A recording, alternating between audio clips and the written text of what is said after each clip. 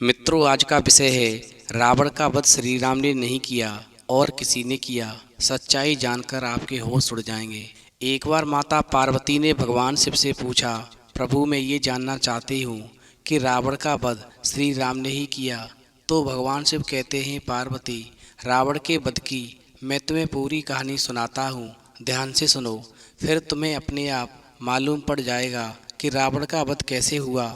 तो मित्रों, कहानी शुरू करने से पहले मेरा आप सभी से अनुरोध है कि आप हमारी कहानी में खो जाएं। उससे पहले हमारे चैनल को सब्सक्राइब करके बेल आइकन अवश्य दबा लें, जिससे हमारी हर वीडियो का नोटिफिकेशन सबसे पहले आप तक पहुंच सके और आप हमारी हर वीडियो से प्राप्त ज्ञान का अपने जीवन में लाभ उठा सकें। तो आइए कहानी शुरू करते हैं। भगवान शिव कहते हैं, पार्वती भगवान श्री राम श्री विष्णु के अवतार हैं। जब पृथ्वी पर रावण नाम के राक्षस ने देवताओं को अपने अधीन कर लिया और जहाँ भी यज्ञ श्राद्ध वेद पुराण की कथा होती, वहाँ उसके भेजे हुए राक्षस बहुत ज़्यादा उत्पात मचाते। पृथ्वी पर अत्याचार बढ़ गया तो पृथ्वी गाय का रूप धारण करके ब्रह्मा जी के पास गई। फिर ब्रह्मा जी के साथ मिलकर सबने भगवान विष्णु की आराधना की। तब आकाशवाणी हुई कि मैं सूर्य वंश में मनुष्य रूप में अवतार लूँगा, और ऐसा सुनकर के फिर पृथ्वी जो थी निर्भय हो गई। उधर श्री राम ने अयोध्या में राजा दशरथ और माता कौशल्या के पुत्र के रूप में जन्म लिया। उनका विवाह राजा जनक की पुत्री सीता जी के साथ में हुआ। जब राजा दशरथ श्री राम का राज्याभिषेक करना चाहते थे, तब कैकेयी ने मंथरा के बहकाने पर श्री राम के लिए 14 वर्ष का वनवास और अपने पुत्र भरत के लिए राज्य मांगा। वहीं श्री राम अपने पिता के दिए वचन का मान रखने के लिए अपने भाई लक्ष्मण और पत्नी सीता को साथ लेकर वनवास के लिए चले गए। वो कुछ साल तक चित्रकूट में रहे। उसके बाद में वो पंचवटी में चले गए। वहाँ एक दिन रावण की बहन शूर्पणखा आई। वो श्री राम और लक्ष्मण जी को देखकर कहने लगी, मुझे संसार में तुम दोनों के समान कोई योग्य नहीं मिला। लेकिन जब उसकी कोई माया नहीं चली तो उसने भयानक रूप धारण किया, जिसे देखकर सीता जी डर गईं। वहीं लक्ष्मण जी ने उसके नाक और कान दोनों काट दिए। इस प्रकार शूर्पणखा ने जाकर रावण को भड़का दिया और कहा कि जिसने मेरे नाक कान काटे हैं, उनके साथ में एक सुंदर स्त्री है, जिसे आपके पास होना चाहिए। इस प्रकार रावण ने अपने मामा मारीच को सोने का मृग बनने के लिए कहा, और जब मारीच सोने के मृग के रूप में सीता माता के सामने से गुजरा, तो सीता माता ने श्री राम को उसे पकड़कर लाने के लिए कहा। वहीं श्री राम जब उसके पीछे गए तो उसने छल किया और जोर से चिल्लाया, हा लक्ष्मण। उधर सीता माता ने लक्ष्मण जी को श्री राम के पीछे भेजा। वहीं पीछे से रावण जो था साधु का वेश धारण करके आया और सीता माता का हरण करके ले गया। इस प्रकार श्री राम सीता माता की खोज में जगह जगह भटकने लगे। फिर उनकी मुलाकात हनुमान जी से हुई। वहीं हनुमान जी ने उनकी मित्रता सुग्रीव से करवा दी। इस प्रकार सुग्रीव ने माता सीता की खोज में वानर भेजे। उधर संपाति ने वानर सेना को बता दिया कि सीता माता को रावण उठाकर लंका ले गया है, और लंका वही जा सकता है जो इस विशाल समुद्र को लांघ सकता है। इस प्रकार हनुमान जी लंका पहुँचे और सीता माता को श्री राम का संदेश दिया और लंका का दहन करके लौट आए। वहीं हनुमान जी ने श्री राम को माता सीता का पता बताया। इस प्रकार समुद्र पर विशाल सेतु बांधा गया। उधर राम के आने की खबर पाकर के रावण की पत्नी मंदोदरी ने उसको समझाया। वो कहने लगी, आप में और श्री राम में वैसा ही अंतर है जैसा जुगनू और सूर्य में है। श्री राम का जन्म पृथ्वी पर भार का हरण करने के लिए हुआ है। इसलिए मैं कहती हूँ कि तुम सीता राम को सौंप करके और अपना राज्य पुत्र को सौंप करके वन में जाकर श्री राम का भजन करो, ताकि मेरा सुहाग अचल हो सके।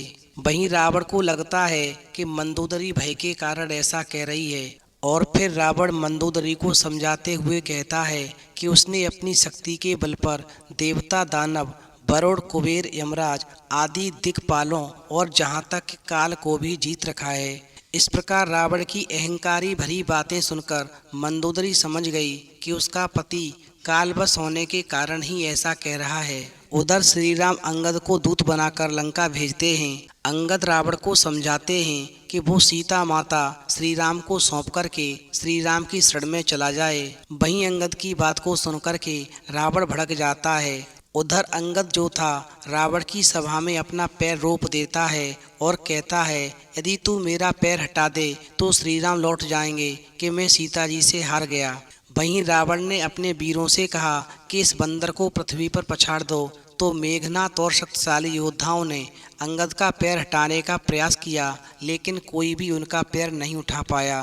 तब अंगद की ललकार पर रावण उठकर अंगद का पैर पकड़ने लगा।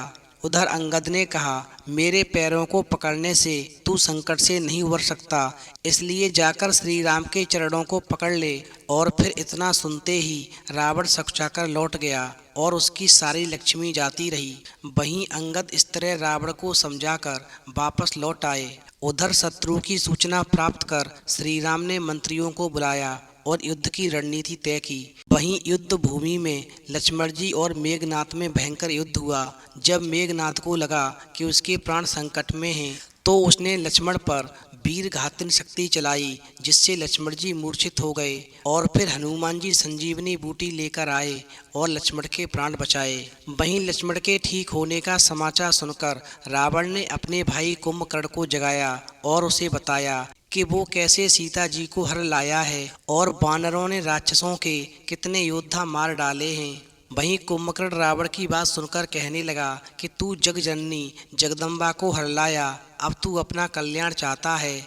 तू उस देवता का विरोध कर रहा है जिसके शिव ब्रह्म सेवक हैं। और फिर विधि के विधान के अनुसार कुंभकर्ण युद्ध भूमि में गया और वानर सेना का विनाश करने लगा। वहीं प्रभु श्री राम ने उसका सिर धड़ से अलग कर दिया, जो रावण के आगे जाकर गिरा। भगवान शिव आगे कहते हैं, पार्वती, इस प्रकार श्री राम ने कुंभकर्ण को अपने परम धाम भेज दिया। वहीं कुंभकर्ण के वध के बाद में लक्ष्मण और मेघनाथ में युद्ध हुआ, तो लक्ष्मण ने श्री राम का स्मरण करके बाण का संधान कर दिया और मेघनाथ का वध कर दिया।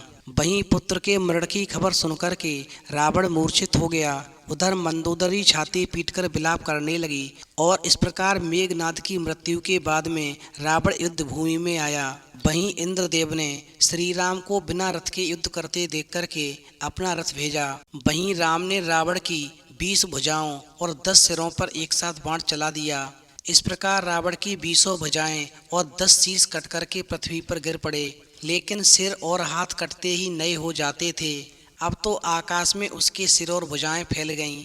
वहीं रावण माया दिखाने लग गया और उसने अनेकों रूप प्रकट किए, जिससे भालू बानर डरने लगे। तो श्री राम ने बाण चला करके माया के रावणों को मार डाला।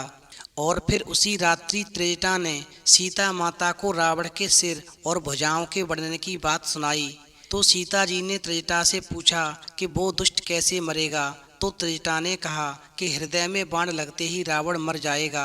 वहीं सीता माता ने पूछा, मेरे प्रभु श्री राम उसके हृदय में बाण क्यों नहीं मारते। तो त्रेता कहती है, क्योंकि उसके हृदय में आप बसती हैं और सिरों में बार बार बाण लगने से उसके हृदय से आपका ध्यान हट जाएगा।